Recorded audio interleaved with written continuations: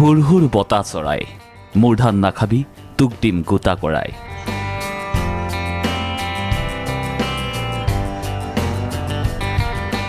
অসমীয়া সাহিত্য সংস্কৃতি সকলোতে এক সুকীয়া স্থান দখল কৰি আহিছে এই বতা চৰায়ে ব্যৱসায়িক ভিত্তিত অসম মুলুকতে বতা চৰাই হ'ব পাৰে এতিয়া আপোনাৰ স্বাৱলম্বিতাৰ পথ চৰকাৰী এটা চাকৰিৰ বাবে অপেক্ষা নকৰি এই বাণিজ্যিক ভিত্তিত বতা চৰাই পুহি স্বাৱলম্বিতাৰ নিদৰ্শন দাঙি ধৰিছে লখিমপুৰৰ ইন্তু দত্ত নামৰ এই যুৱকজনে ইংৰাজীত জাপানিজ কোয়েল নামেৰে নামাংকৃত থলুৱা প্ৰজাতিৰ বতা চৰাইৰ সৈতে একে এই বতা চৰাই ফাৰ্মেৰে স্বাৱলম্বী হৈছে নাওবৈচাৰ বংগাল চুকৰ ইন্দু দত্ত কেৱল মাংসৰ কাৰণেই নহয় যুৱকজনে কণী উৎপাদনো কৰিছে তেওঁৰ ফাৰ্মত লখিমপুৰত মাংস আৰু বতা চৰাইৰ কণীৰ এখন ভাল বজাৰো দখল কৰিছে যুৱকজনে মই প্ৰায় আজি এবছৰ হ'ল এবছৰ দিনত এইটো মই চলাই আছোঁ প্ৰথমতে মই 10টা আনি পেলাই পুহিছিলোঁ বৰ্তমান মোৰ ভাগৰ ফাৰ্মত 500ৰো অধিক বতা চৰাই হৈছে এতিয়া আৰু বঢ়াবলৈ মই চেষ্টা কৰি আছোঁ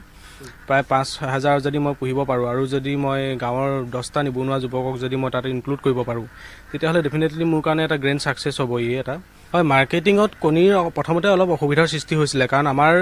এটা হৈছে একেবাৰে নতুন কনচেপ্ট গতিকে আমাৰ অসমৰ মানুহখিনিয়ে ইয়াৰ বিষয়ে ভালকৈ প্ৰথমতে জনা নাছিল কিন্তু শিক্ষিত যিসকল ব্যক্তি এই শিক্ষিত ব্যক্তিসকলে বৰ্তমান বুজি উঠিছে যে বতা চৰাই কণীৰ গুণাগুণ 3টা লোকেল মুৰ্গী কণীত যিমানখিনি গুণাগুণ থাকে ইয়াৰ 2টা বা এটা কণীতে ইমানখিনি গুণাগুণ থাকে এই বতা চৰাইৰ কণীত মুঠ 22টাকৈ ৰোগৰ প্ৰতিষেধকৰ গুণ আছে